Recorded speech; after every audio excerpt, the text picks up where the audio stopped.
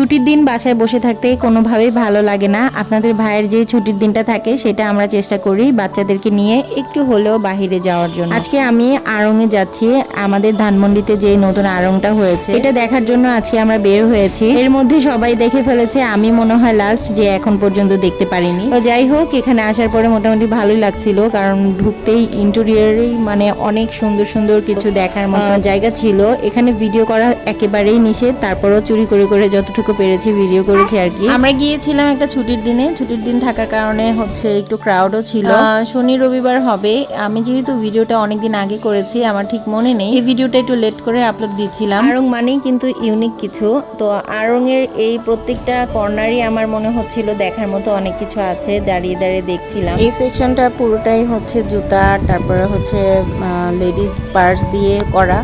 তো লেডিসদের জন্য আমার মনে হয় এটা ফেভারিট সেকশন। আর সব থেকে ভালো লেগেছে হচ্ছে কিডস জোন, যেটা বাচ্চাদের যে ফ্লোরটা, বাচ্চাদের কাপড় চোপড়ের পাশাপাশি বাচ্চাদের জন্য একটা প্লে জোন করা হয়েছে, যার কারণে আমার এখানে সব থেকে বেশি ভালো লাগছে। যেহেতু আমার ছোট ছোট বাচ্চা আছে, আমার মনে হয় বাচ্চাদের এই ফ্লোরটাই সব থেকে বেস্ট। আনাবিয়া হচ্ছে তখন মাত্র একটু কুটুকুটু করে হাঁটা শিখেছে, ও তো দৌড়িয়ে বেড়াচ্ছিল। ও তো খালি জায়গা পেয়ে, একদম খোলামেলা জায়গা পেয়ে সুন্দর মতো দৌড়িয়ে বেড়াচ্ছিল।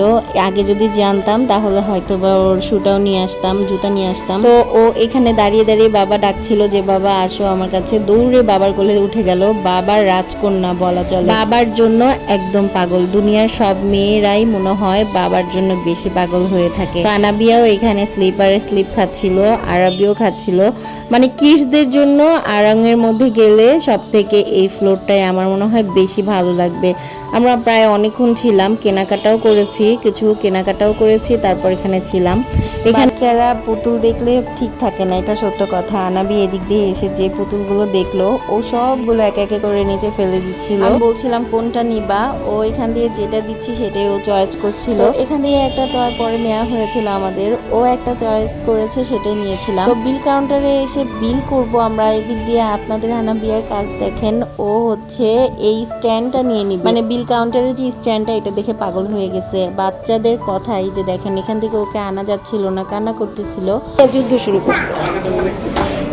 দেখলেনি তো, অনেক বেশি জিদ করতেছিল। তো এখন হচ্ছে ভাবলাম যে আর ওকে আর জিদ করতে দেয়া যাবে না, বাসায় চলে যাই। কারণ এখানে আমরা অনেকক্ষণ এসেছি, অনেকক্ষণ হয়েছে। তো লিফটের জন্য অনেকক্ষণ ওয়েট করে করে লিফট পেয়েছি। লিফটটাও অনেক সুন্দর করেছে। এই লিফট দিয়ে নামতে সময় আমি প্রতিটা ফ্লোর দেখতে পেয়েছি, মানে এক ঝলক চোখ বোলানো গিয়েছে আর কি। প্রতিটা ফ্লোরেই দেখার মতো অনেক কিছু ছিল। বাচ্চা না থাকলে হয়তো বা সময় নিয়ে নিয়ে একটু বেশি সময় ধরে কিছু দেখা যেত। বাচ্চারা তো এদিক ওদিক ছোটাছুটি করে আর কি। নামার পরে এখানে যে শিল্পটা, এটাও অনেক বেশি সুন্দর ছিল।